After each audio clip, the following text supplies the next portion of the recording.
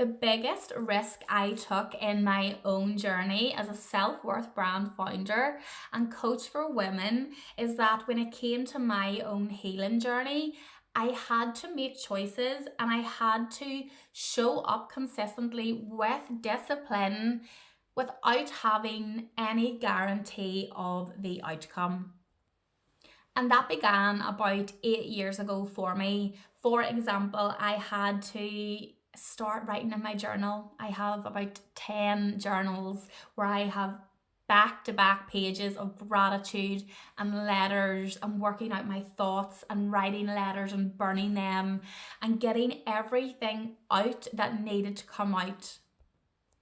I had to commit to therapy. I had to commit to coaching. I had to commit to a business mentor.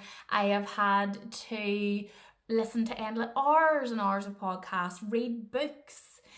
I have had to completely invest in myself, knowing that will this ever change? Will how I feel ever change? Will I ever have that feeling of peace and contentment and joy? Will I ever feel powerful, or will I just always feel how I feel now? Which was fairly awful at the time. The only thing I ever would have regretted was actually doing nothing and not starting. It's a long, painful process at times, and you think, life is ups and downs, and you have to sort of really accept that in your journey, that life is not perfect. There is always going to be problems, there's always going to be blocks, and there's always going to be barriers. It's just about regulating yourself and learning the ability to reset through that. And I can definitely say, especially in the past probably 1.5 to 2 years, I have definitely got stronger in myself. I feel at peace within myself. I can give everything I need to myself first. I'm self-aware.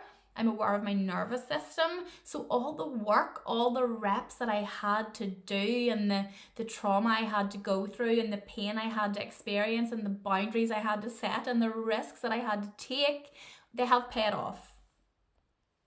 For me, I really had two choices, and it was like, I've got this or I've got better. This, better. This, better. And throughout that process, I have watched a million versions of myself die. I talk about myself 2, 3, 4, 5, 10 years ago. And sometimes people be like, God, that wasn't you. You didn't do that. You didn't allow that. And I'd be like, oh no, I did. I just didn't value myself. And I can laugh at it now. It was painful at the time, but that is life. Just rebirth and rebirth and rebirth and rebirth.